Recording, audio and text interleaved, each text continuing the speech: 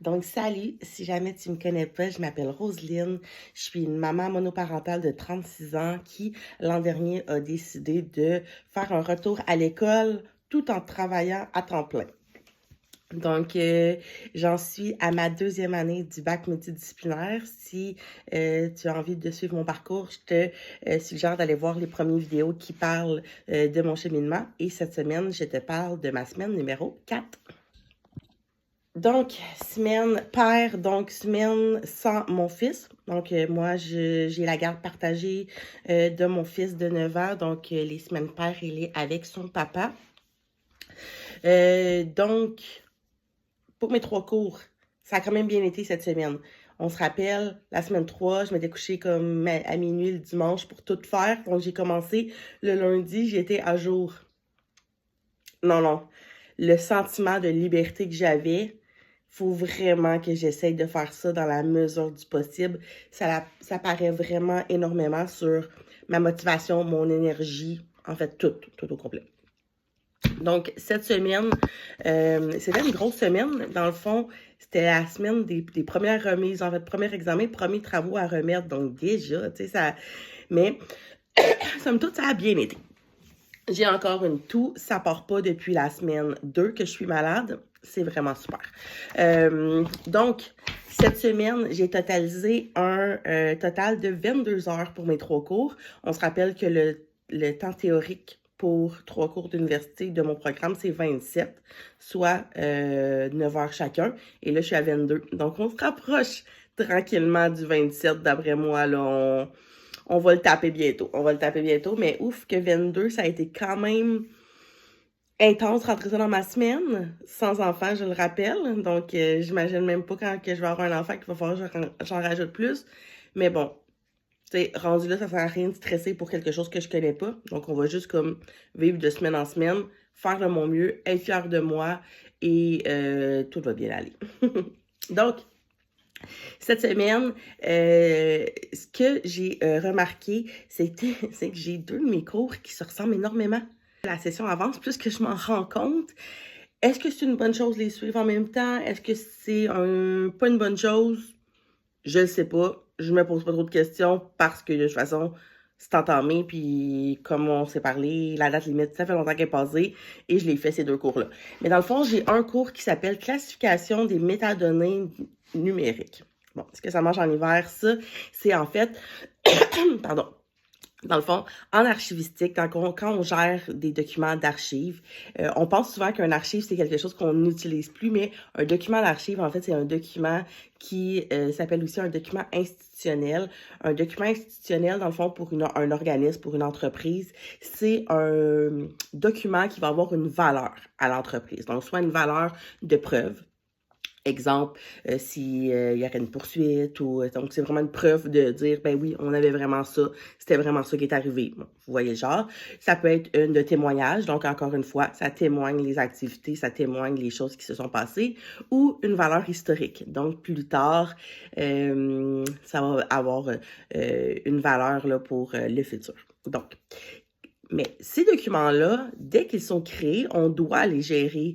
On sait qu'ils vont s'en aller vers un document d'archives. Ils vont être archivés de façon pérenne, donc de façon continue jusqu'à jamais. Là.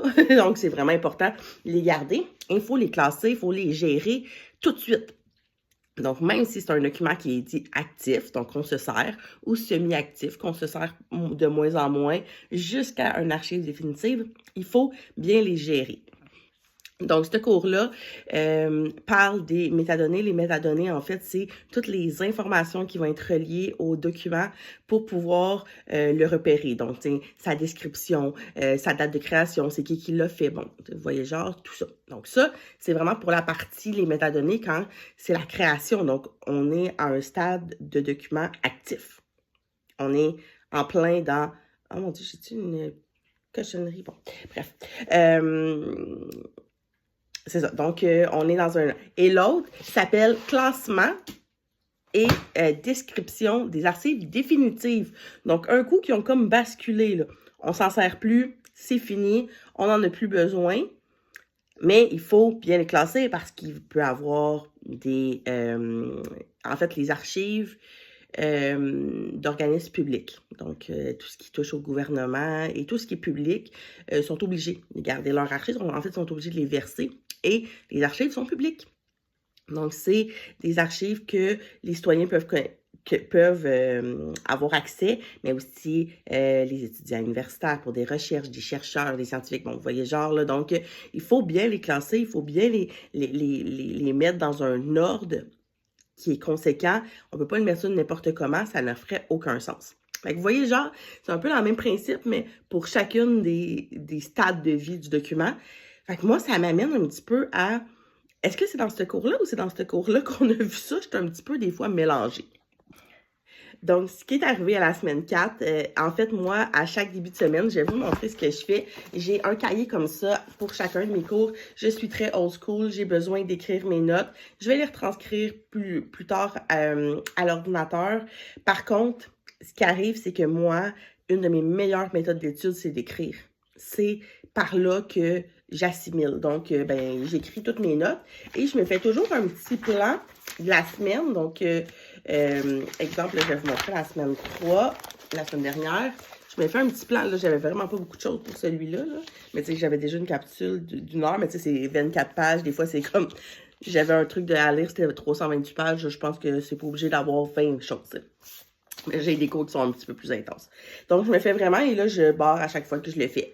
Et là, j'arrive à la semaine 4, et le cours, dans un de mes cours, s'appelle la classification, et dans l'autre cours, s'appelle la classification. Et là, je me suis dit, oh mon Dieu, c'est genre, ouh, OK, on rentre, là, ça va être vraiment des petites particularités, mais il ne faut pas que tu te mêles. Par contre, moi, dans un de ces deux cours-là, j'avais un examen le mercredi. Donc, on dirait que j'osais pas, de un, voir de la matière. J'ai de la misère à voir de la nouvelle matière qui n'est pas à l'examen, mais de dire à mon cerveau que ça, c'est pas à l'examen. Puis là, des fois, j'ai peur de en dire trop, pas en dire... Ah, bon, moi, je suis faite comme ça. Bref, fait que je voulais pas trop avancer avant le mercredi. Mais en même temps, mon examen, c'était le mercredi. Je pouvais pas avancer. Puis là, j'avais deux cours qui étaient vraiment proches, que j'avais peur aussi de commencer. Fait que, bref, j'ai fait en début de semaine mon autre cours qui est quand même un peu lié, mais qui est la gestion des documents institutionnels. Donc, tu sais, vous voyez quand même, là, ça revient. Mais là, c'est la gestion, c'est comment on va passer dans une entreprise à justement tout gérer cette panoplie de documents-là. Mais l'angle est un petit peu différente, puis elle est moins aussi proche que ces deux cours-là. Donc, j'ai commencé, j'ai fait des choses que c'était plus logique, donc j'ai fait un petit peu décousu habituellement.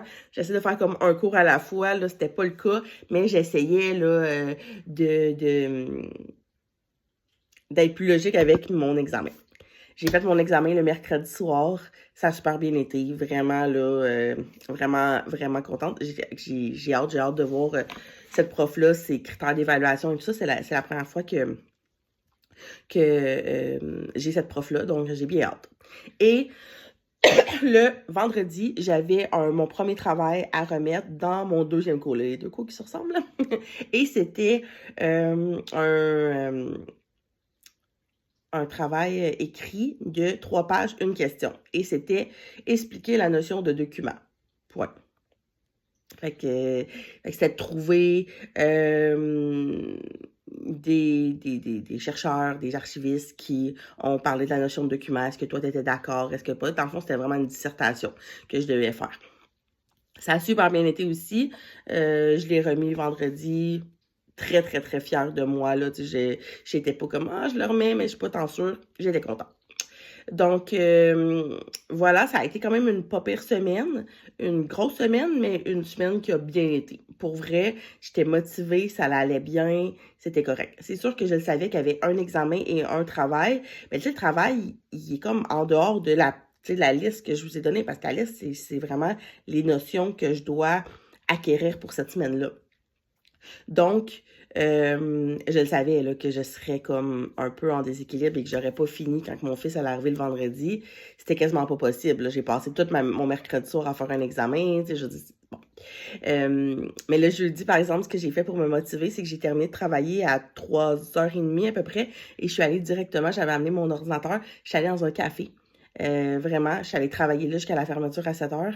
C'était vraiment génial, là. Donc, ça m'a comme aidée, puis ça a fait en sorte que j'ai fait comme, tu sais, j'ai comme étudié ailleurs, là, j'ai comme travaillé ailleurs, ça fait du bien, des fois, ça change le mal de place. Donc, quand mon fils est arrivé, je sais pas combien de temps qu'il me restait. Il m'en restait pas tant que ça. Peut-être encore comme un 3, 4, 5 heures, là, comme un peu comme d'habitude. Mais là, j'ai levé la main. J'ai décidé que je levais la main et je disais, Maman, dimanche, est-ce que ça te tenterait d'être avec mon gars pour que je puisse travailler un peu? Donc, voilà, ça a été mon petit cri du cœur parce que je voulais pas retomber dans un retard parce que là, je sais qu'on augmente beaucoup les nombres d'heures et ça me tentait pas de recommencer avec un bon retard. Je savais que ça allait me décourager. Puis rendu proche de la mi-session, j'ai pas le droit de me décourager, on dirait. Donc, ce qui est arrivé, c'est que le dimanche, mon fils a un rendez-vous en orthopédagogie.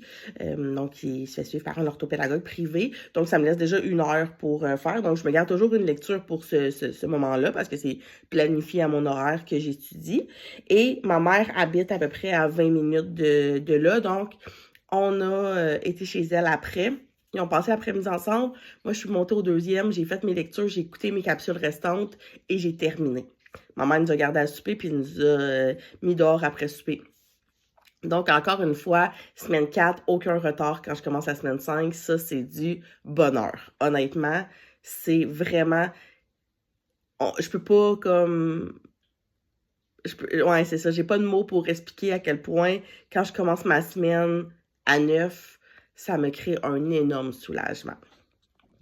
Finalement, ce que je retiens de ma semaine 4, je retiens en deux choses. De un, en fait, c'est que c'est important que j'en fasse à tous les jours. J'ai pas le choix, là. C'est pas possible, là. Je veux dire, je travaille 5 jours sur 7, même si j'en ferais, tu sais, comme j'ai pas le choix de faire ça tous les soirs aussi. Je peux pas faire ça que la fin de semaine. Mettons exemple, tu sais, j'ai une fin de semaine sur 2 que j'ai pas mon gars, ça serait comme impossible. Donc, c'est sûr que je le sais.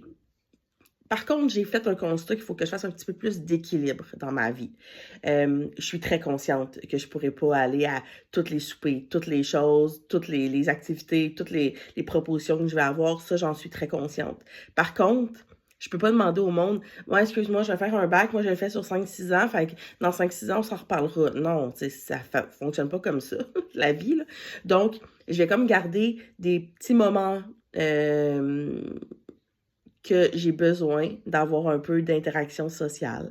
Je vois surtout ma famille la semaine que j'ai mon fils, je dois avouer. La fin de semaine, dans le fond, que je l'ai, c'est là qu'on va faire une rencontre familiale. Fait que ça change comme pas grand-chose, mais c'est plus au niveau de mes amis dans un souper de décrocher aussi parce que je porte plusieurs titres là, dans ma vie. Donc, tu sais, là, je suis une salariée. Je travaille 40 heures semaine, 2 jours. Je suis une maman, une semaine sur 2. Ben, je suis une maman tout le temps, mais avec un temps de garde une semaine sur 2. Je suis une étudiante qui étudie à 3 cours, 27, environ entre 20 et 27 heures semaine. Mais là, il faut que je sois aussi une femme. Il faut que je sois aussi comme une amie. Je comprends que ce chapeau-là, il est vraiment plus petit que les autres en ce moment parce que les autres prennent énormément de place. Mais il faut juste pas que je l'oublie. Parce que sinon, je sais que ça marchera pas. Tout est une question d'équilibre. Puis ça, on dirait que ça m'a frappé cette semaine et je l'ai vu. La deuxième chose que j'ai fait un constat, c'est que moi, en fait, j'ai un travail de bureau. Donc, mon 40 heures semaine que je fais au bureau, je le passe devant un ordinateur. Je suis 2 jours à la maison, donc je travaille en télétravail dans une place fixe là, avec 2 écrans. Et là, quand j'arrive pour étudier, je suis pas capable d'étudier à la même place que je travaille. Parce que déjà, étudier, ça l'équivaut aussi à un ordinateur, de regarder. Moi, vu que je suis toute à la distance puis asynchrone, mais c'est des capsules. Donc, je m'en vais pas physiquement à l'université écouter un prof. J'y l'écoute à travers mon ordinateur. Donc, vraiment, je me suis rendu compte que c'était pas tant facile et que j'avais de la misère à dire je suis pas capable de passer 60 heures semaine là, à la même place. Donc, j'ai comme pris la décision, comme je vous l'ai dit tantôt, j'ai été étudier dans un café. Là, je suis comme plus ou moins chanceuse de la vie parce que moi, j'adore aller travailler dans une bibliothèque dans ma ville. Et cette bibliothèque-là, pardon, elle a fermé. Tu sais, quand il y a eu une grosse pluie, là, fin de l'ouragan de je sais plus qui, là, au mois d'août, ben, il y a eu des bris dans le sous-sol, là, dans la machinerie, et depuis ce temps-là, elle est fermée. Mais cette bibliothèque-là, là, elle est claire, elle est remplie de fenêtres, la façon que les tables sont faites, je l'adore. Fait que j'ai juste hâte qu'elle réouvre pour pouvoir y retourner. Des fois, aller travailler un petit 2-3 heures là, dans un autre environnement, ça fait du bien. Et là, j'ai décidé aussi de me faire des petites places dans ma maison pour étudier.